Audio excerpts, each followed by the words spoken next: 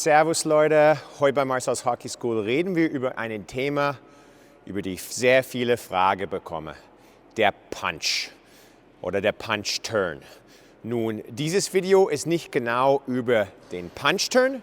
Dafür gibt es schon ein Tutorial über die komplette Bewegungsablauf.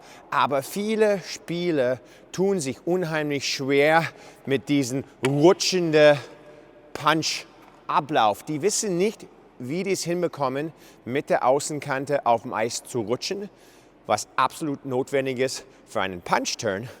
Und dieses Video ist gefüllt mit unterschiedlichen Übungen und Ideen, die ihr ausprobieren könnt, damit ihr einen Punch machen könnt und dann irgendwann mal einen richtig engen, guten Punch-Turn. Legen wir los.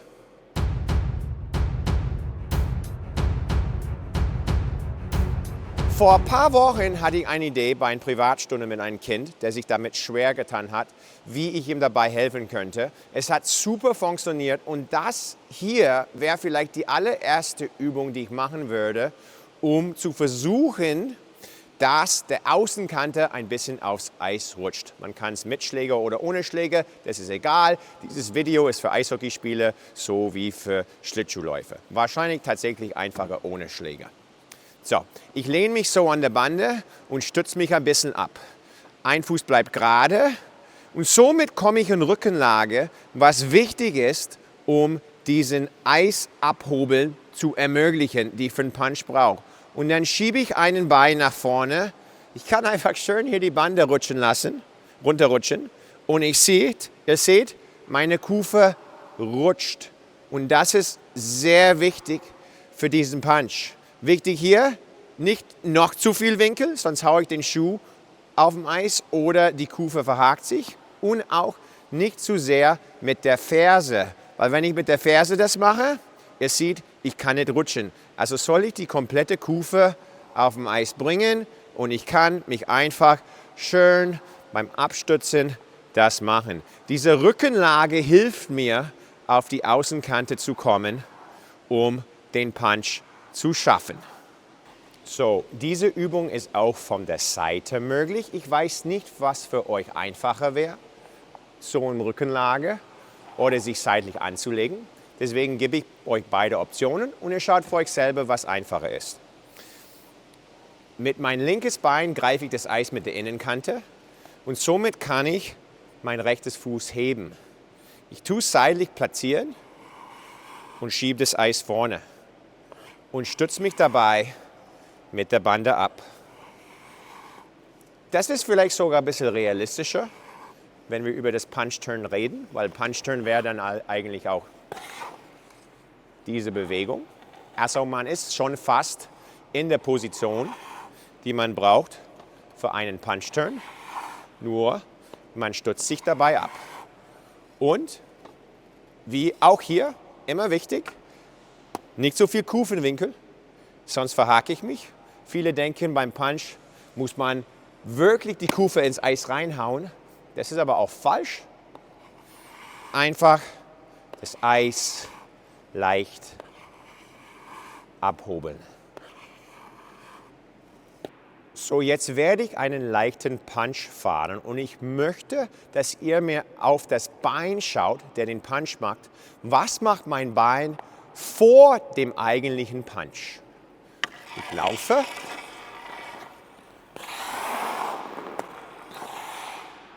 Habt ihr das gesehen? Mein Bein hebt sich, dreht sich und dann kommt runter. Und dieses Heben und Drehen ist tatsächlich schwierig für einige Spieler und sollte so geübt werden. Ich baue es nach und nach auf.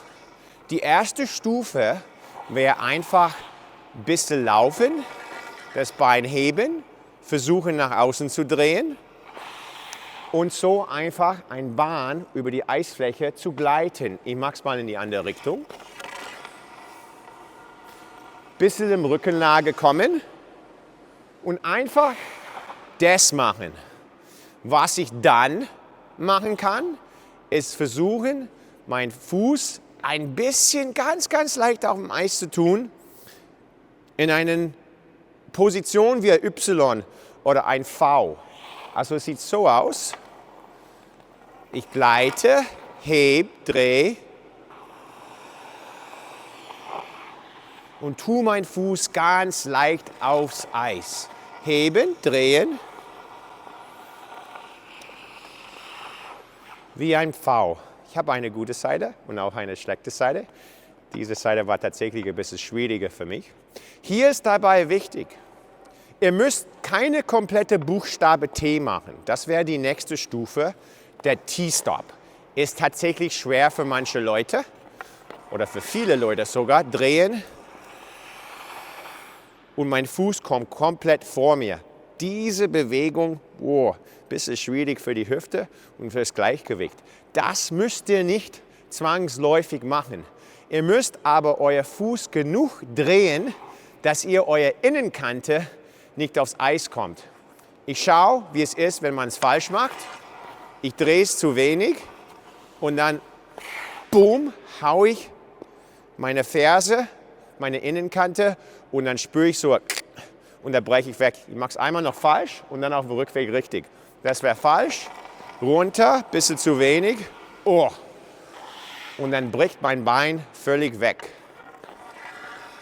Y machen. Ich drehe in einem V, in einem T, aber ihr müsst es nicht machen. Y.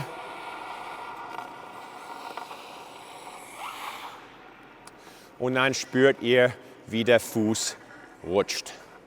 So, bevor ihr in den Punch-Turn reingeht, könnt ihr einfach versuchen, ein bisschen in einen gleitenden Bogen zu fahren mit einem breiten Radius. Hier ist dabei wichtig, dass meine Hüfte, mein Knie und vor allem mein Knöchel eine Linie bildet.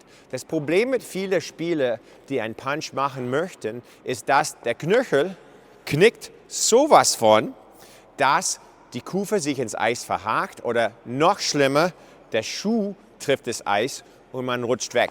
Also ist es sinnvoll aus meiner Sicht, ganz normale, ich nenne es Glide-Turns zu üben und dabei zu achten, dass meine Hüfte, mein Knie und mein Knöchel eine Linie bildet. Sobald das passiert, oh, das tut mir sogar weh und dann verhake ich mich sowas von mit der Kante und es ist nicht möglich, dann später einen Punch zu machen. Also in der andere Richtung auch, einen ganz einfachen Glide-Turn. Hier ist kein Punch, aber ich habe schöne Linie, Knöchel, Knie, Hüfte. Und dann, was ich mal probieren kann, aus dem Glide-Turn heraus, mein Fuß ein bisschen mehr zu drehen, zu rotieren. Nicht so zu drehen, dass mein Knöchel knickt, aber so zu drehen, dass ich anfange, das Eis abzuschleifen und in einen leichten Punch gehe. Ich zeige euch, wie das geht. Ich fange in einen gleitenden Bogen an und mitten in dem Bogen werde ich dann versuchen, einen leichten Punch daraus zu machen.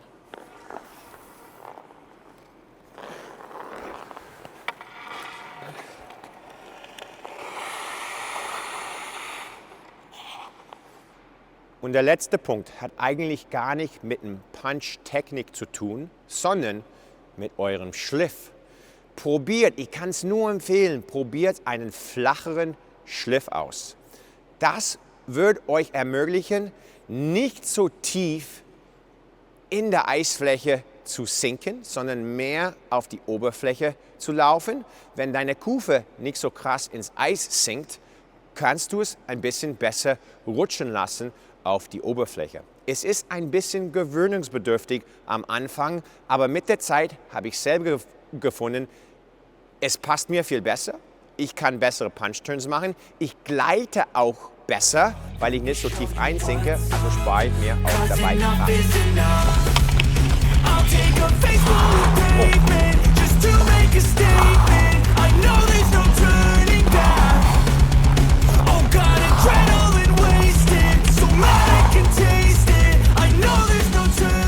Boah, ein paar Punches hintereinander können auch ganz schön anstrengend werden.